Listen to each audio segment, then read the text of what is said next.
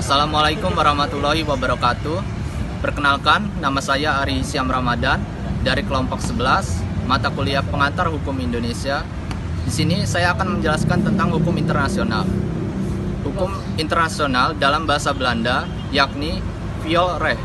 Istilah ini berasal dari bangsa Romawi, yakni terjemahan dari ius gentium.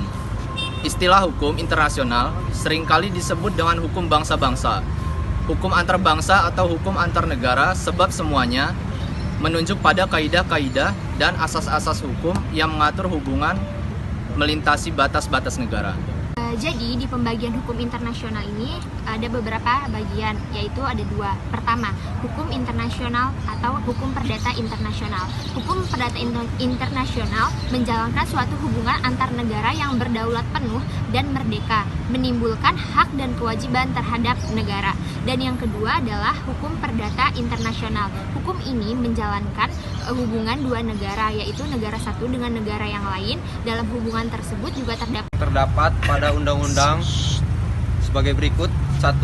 Pasal 16 AB yang mengatur mengenai status dan wewenang subjek hukum tetap.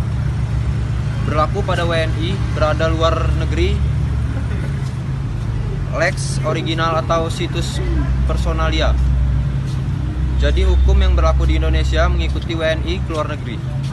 Yang kedua, pada pasal 17 AB mengatur benda-benda yang tidak bergerak berlaku UU dari negara atau tempat di mana benda itu berada, atau status realitas. Ketiga, pada pasal 18 AB yang mengatur bentuk setiap perbuatan yang ditentukan oleh suatu undang-undang negara, di mana perbuatan itu diadakan. Statusnya mixta. Dalam praktek hukum privat internasional, dalam hal menjalin hubungan antara WNI dengan WNA dalam bentuk perjanjian jual beli atau bentuk yang lain, kedua belah pihak akan menentukan perjanjian dan dari negara mana yang akan diberlakukan. Sumber hukum internasional.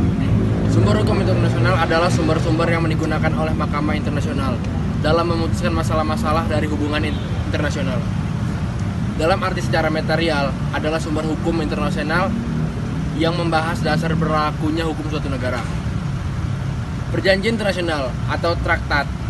Perjanjian internasional atau traktat, baik perjanjian multilateral maupun perjanjian bilateral.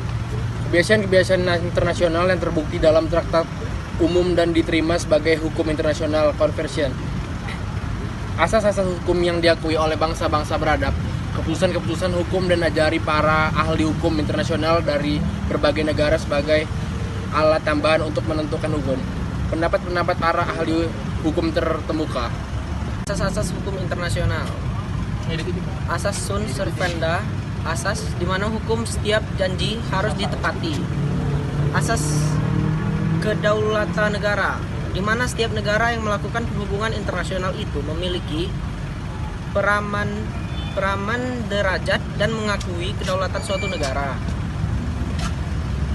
Asas timbul balik atau reciprocity, di mana suatu negara yang mempunyai hubungan internasional mempunyai perwakilan negara lain, dan begitu juga sebaliknya, negara lain tersebut juga memiliki perwakilan di negara pertama tadi.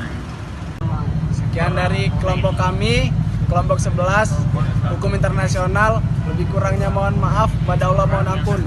Assalamualaikum warahmatullahi wabarakatuh.